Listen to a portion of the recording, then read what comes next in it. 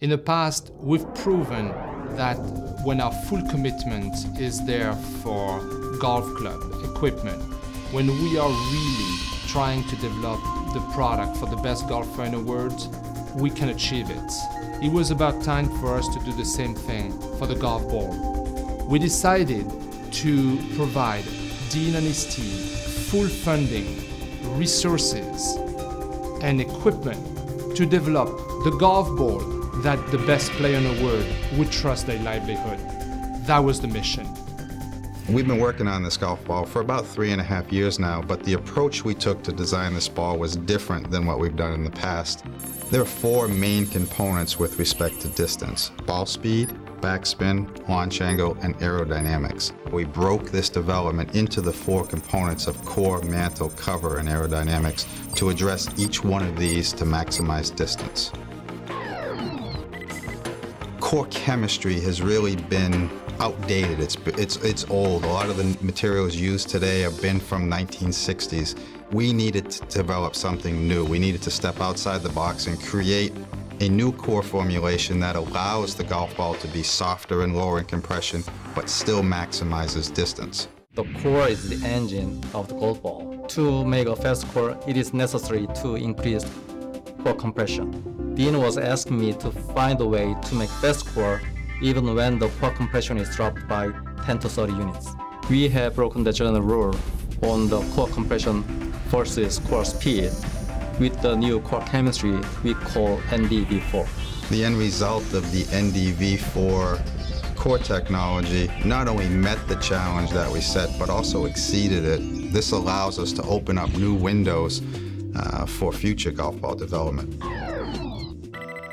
As we interviewed the tour players, we heard a lot of inconsistencies with irons. We heard a lot of concerns about golf balls spinning too much. Our challenge with our mantle was to design products that could reduce some of that spin and make it more controllable and more playable for the better players. With the success of our core technology being so fast, we wanted to make sure we maintain that benefit with our mantle technology.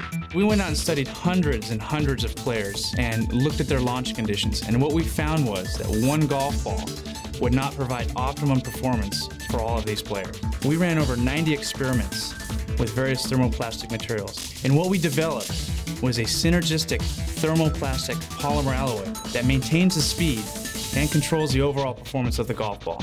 We did find that we needed to develop 2 different mantles, 2 different thicknesses.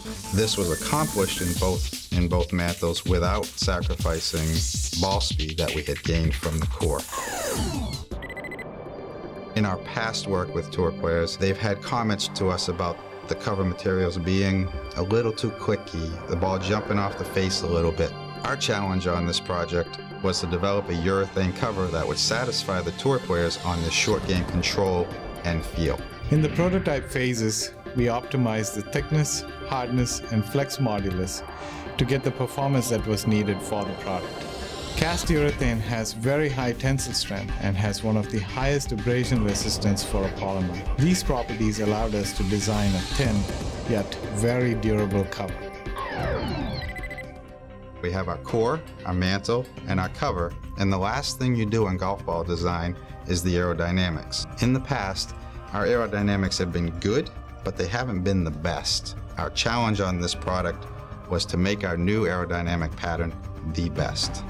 After 3 years of analysis on both our product and our competitor's product, we found out that we can break the flight into 3 segments: early, middle, and late flight. And each one of these segments requires its own optimum coefficient of lift to drag ratio. We ran over 600 tests with 30 to 40 different prototypes. The end result is 322 dimples in a pentagonal dipyramidal pattern with 10 different dimple shapes that maximizes distance. For us, validation is the final part of the product design. In the past, the reaction for tour players has been pretty tough. We didn't want to take anything to them until we felt we had it right. We'd bring products to them in the past where they would be pretty excited, test it, say, hey, good, you're getting close, thanks, goodbye. This reaction was much different. This was, wow, holy shit, this is awesome. Is it legal? When can I get them? Is this ball better than Pro V1? I've been asked that question. Pro V1 has been the benchmark that everybody's compared to. Today, I can say that this golf ball is better than Pro V1.